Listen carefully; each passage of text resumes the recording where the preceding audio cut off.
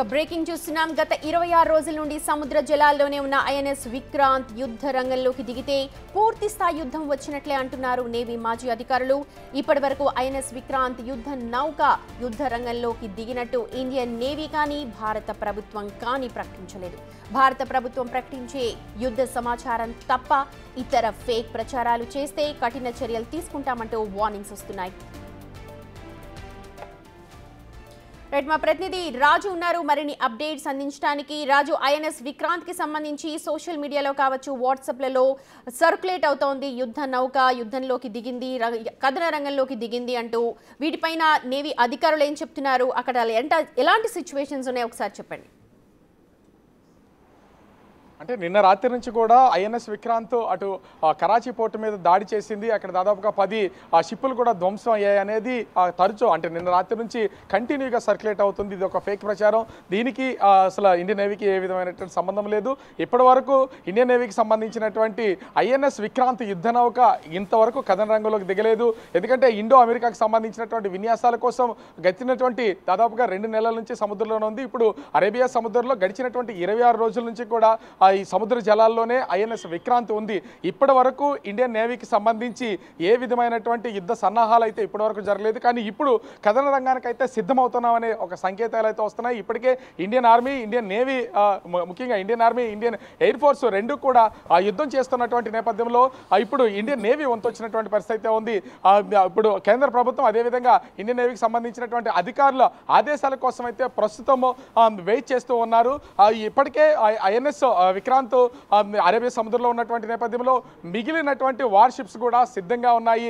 ఎప్పుడైతే అటు నేవీ అధికారులకు, ఉన్నతాధికారుల నుంచి ఆదేశాలు వస్తాయో కథన రంగంలోకి దిగడానికి సంసిద్ధమైనటువంటి పరిస్థితి అయితే ఉంది. కాకపోతే ఇప్పటి వరకు అటు ఐఎన్ఎస్ విక్రాంత్ కథన రంగంలో అంటే యుద్ధ రంగంలో ఉంది, అటు కరాచీ మీద దాడులు చేసిందని జరుగుతున్నటువంటి ఫేక్ ప్రచారాలను నమ్మద్దు. భారత ప్రభుత్వం కానీ అదేవిధంగా త్రివిధ దళాలకు సంబంధించినటువంటి ఉన్నతాధికారులు కానీ ప్రకటన చేసే తప్ప ఇతర ఏ ఫేక్ ప్రచారాలు చేసినా కూడా కఠినమైనటువంటి చర్యలు తీసుకుంటాం. సోషల్ మీడియాలో సర్క్యులేట్ అవుతున్నటువంటి వివిధ ఫేక్ ప్రచారాల మీద కూడా కఠిన చర్యలు తీసుకుంటామని ఇప్పటికే ప్రభుత్వం ప్రకటించినటువంటి పరిస్థితి అయితే ఉంది. ఇండియన్ నేవీకి సంబంధించినటువంటి అధికారులు, ముఖ్యంగా మాజీ అధికారులతో మాట్లాడితే ఇప్పటికీ 26 రోజుల నుంచి సముద్రంలో ఉన్న సముద్ర జలాల్లోనే ఐఎన్ఎస్ విక్రాంత్ ఉంది. కానీ యుద్ధానికి మాత్రం ఇప్పటి వరకు వెళ్ళినటువంటిది అయితే లేదు.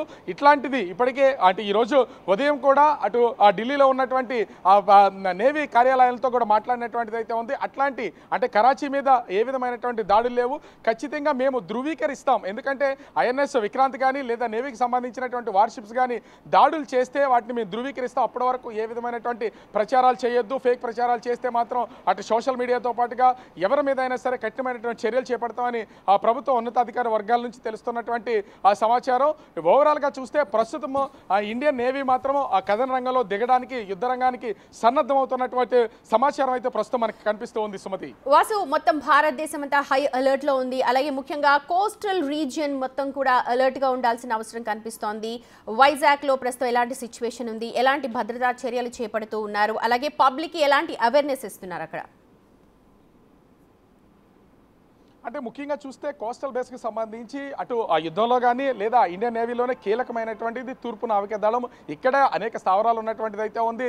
అటు సబ్మెరైన్స్తో పాటుగా యుద్ధ రంగానికి సంబంధించినటువంటి అన్ని ముఖ్యంగా తూర్పు నావికా దళంలో ఉన్నటువంటి పరిస్థితి అయితే ఉంది.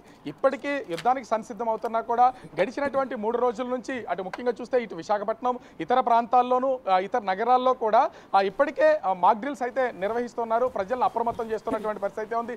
దీనికి తోడు ముఖ్యంగా తూర్పు నావికా దళం ఇక్కడ సంసిద్ధంగా ఉన్నటువంటి నేపథ్యంలో అటు వార్షిప్స్తో పాటుగా అంటే విమానాలు కూడా యుద్ధ విమానాలు కంటిన్యూగా అటు విశాఖ సిటీ పైన మొత్తం అంతా కూడా చక్కెర్లు కొడుతున్నటువంటి పరిస్థితి ఉంది. ఎందుకంటే అలారమ్స్తో పాటు అంటే వార్ అలారమ్స్తో పాటుగా ఒకవేళ విమానాలు కనుక వస్తే ప్రజలు ఏ విధంగా అప్రమత్తంగా ఉండాలి, ఎలాంటి జాగ్రత్తలు తీసుకోవాలనేది మాక్ డ్రిల్ జరుగుతున్నటువంటి నేపథ్యంలో విశాఖ నగరం మొత్తం అంతా కూడా ఈ యుద్ధ విమానాలు అయితే చక్కెర్లు కొట్టిస్తున్నటువంటి పరిస్థితి ఉంది. గడిచినటువంటి నెల రోజుల నుంచి కూడా ఈ విధమైనటువంటి ట్రైనింగ్ పైలట్స్కి ట్రైనింగ్ ఇస్తున్నటువంటి సమయంలో కానీ ఈ షిప్ అంటే ముఖ్యంగా చూస్తే విమానాలు పైనుంచి ఏమీ వెళ్తున్నటువంటి పరిస్థితి అయితే లేదు. గడిచినటువంటి 3 రోజుల నుంచి కూడా అతి సెన్సిటివ్ ఏరియాగా విశాఖపట్నం ఉన్నటువంటి నేపథ్యంలో ఇక్కడ ఉన్నటువంటి ప్రజలను సంసిద్ధం చేయడానికి అటు ఇండియన్ నేవీతో పాటుగా ఎయిర్ ఫోర్స్ అధికారులు కూడా నిరంతర నిఘా అయితే చేస్తున్నటువంటి పరిస్థితి అయితే కనిపిస్తుంది. దీనిలో భాగంగానే మరి ఎక్కడికక్కడ మాక్ డ్రిల్స్ అయితే నిర్వహించి ప్రజలను అప్రమత్తం చేస్తున్నటువంటి పరిస్థితి కనిపిస్తుంది. Sumathi. Right Raju, thank you so much.